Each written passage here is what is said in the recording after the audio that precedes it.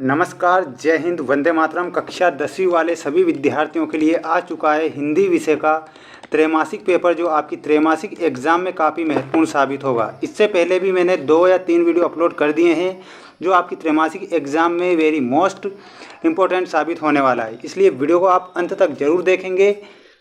आइए शुरुआत करते हैं अपने पहले प्रश्न से। जितने भी ये प्रश्न आपको दिखाई दे रहे हैं, इसके पिछले वीडियो में मैंने सारे के सारे क्वेश्चन के आंसर बता दिए हैं। अब हमारे जो क्वेश्चन बच रहे थे, क्वेश्चन नंबर 13 से हमारे क्वेश्चन बच रहे थे, जो इस वीडियो के माध्यम से सभी के आंसर बता दिए जाएंगे। आप देख सकते हैं सारे के सारे क्वेश्चन के आंसर आपको बता दिए जाएंगे। आइए शुरुआत करते हैं अपने क्वेश्चन से।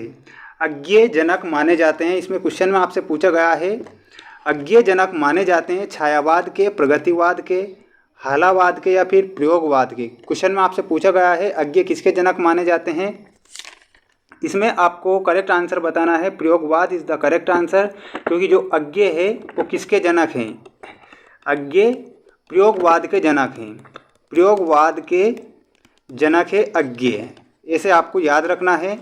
इसके बाद नेक्स्ट जो क्वेश्चन आपसे पूछा गया है, छायावादी युग के प्रवर्तक हैं जयशंकर प्रसाद, सूरदास, नागार्जुन या फिर ऋतुराज। इसमें आपको करेक्ट आंसर बताना रहेगा। Option number A is the correct answer. Jaishankar Prasad छायावादी युग के प्रवर्तक हैं।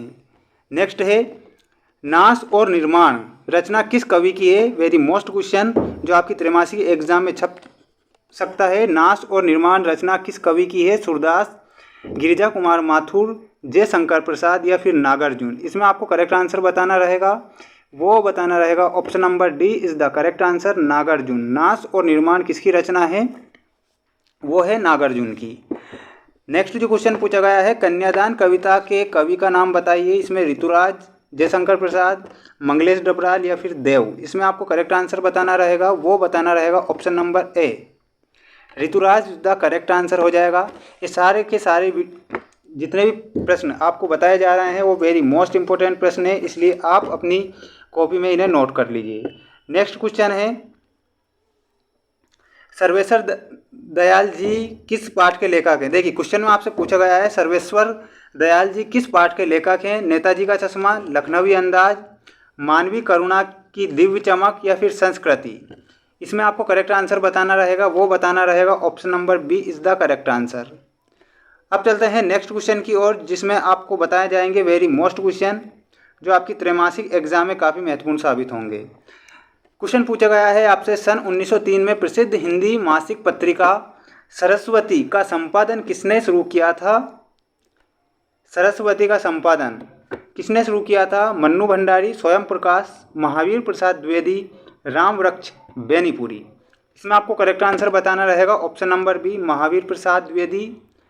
आएंगे अच्छे दिन भी कहानी के लेखक का नाम आपको बताना है, तो इसका जो करेक्ट आंसर होगा ऑप्शन नंबर ए, स्वयं प्रकाश। वेरी मोस्ट लगा लीजिए, ये क्वेश्चन आ सकता है ना। प्रगतिवादी कवि हैं मुक्तिबोध, नरेश मेहता, सुमित्रा नंदन पंत या फिर जगमोहन सिंह। इसका जो करेक्ट आंसर आपको बताना रहेगा, वो बताना रहेगा option number B is the correct answer. Sumitranandan Pant प्रगतिवादी कवि हैं। निम्नलिखित में से कौन प्रगतिवादी कवि हैं, तो आपको बताना है सुमित्रा नंदन पंत, ऐसे आपको याद रखना रहेगा। नेक्स्ट जो क्वेश्चन पूछा गया है वेरी मोस्ट क्वेश्चन पूछा गया है, आपकी एग्जाम में छप चुका है 100% ये क्वेश्चन आपकी एग्जाम में छप गया है। नेताजी की प्रतिमा की ऊंचाई आपसे पूछी गई है, तो कितनी है, 2 फुट। आपको याद रखना है नेताजी की प्रतिमा यानी कि सुभाष चंद्र बोस की प्रतिमा की ऊंचाई कितने फुट की है, तो वो 2 फुट की है। नेताजी की प्रतिमा लगी कहाँ पर है, तो कस्बे के चौराहे पर, ऐसे आपको याद रखना रहेगा। वेरी मोस्ट क्वेश्चन आ चुका है। नेक्स्ट, कलम का जादूगर किसे कहा जाता है। कलम का जादूगर किसे कहा जाता है, वेरी मोस्ट क्वेश्चन जो आपकी त्रैमासिक एग्जाम में छप चुका है। 101% ये आपकी एग्जाम में छप गया है, इसलिए इसे याद रखना। इसका जो करेक्ट आंसर होगा वो होगा राम वृक्ष बेनीपुरी को कलम का जादूगर भी कहा जाता है। वेरी मोस्ट क्वेश्चन आ चुका है। नेक्स्ट, सुर सारावली के कवि का नाम बताना है आपको। Surdas is the correct answer. कवि निराला का जन्म आपको बताना रहेगा। जल्दी से जल्दी जितना ज़्यादा क्वेश्चन हम पढ़ सकें 2 दिन के अंदर उतने हमें पढ़ने हैं, इसलिए आपको जल्दी से जल्दी इन क्वेश्चन के आंसर पढ़ने हैं। नेक्स्ट क्वेश्चन पूछा है कवि निराला का जन्म कब हुआ। सन 1904, 1899, सन 1900 या सन 1888। इसमें आपको करेक्ट आंसर क्या बताना रहेगा, वो बताना रहेगा option number C is the correct answer. कवि निराला का जन्म कब हुआ था, 1899। नेक्स्ट क्वेश्चन आपसे पूछा गया है, वेरी मोस्ट क्वेश्चन पूछा गया है, इन्हें सारे के सारे क्वेश्चन को आपको अच्छे से याद रखना है ना। कुहासा का अर्थ क्या है, कंबल, सन्नाटा, कोहरा या फिर सहारा। इसमें आपको करेक्ट आंसर बताना रहेगा, कोहरा इज द करेक्ट आंसर। कुहासे का अर्थ क्या होता है, वो होता है कोहरा। Next question, very most, Sursagar के रचनाकार। इसका जो करेक्ट आंसर होगा सूरदास। सूरसागर प्रवंचना का शाब्दिक अर्थ क्या है, प्रेम, वात्सल्य, घृणा या फिर धोखा।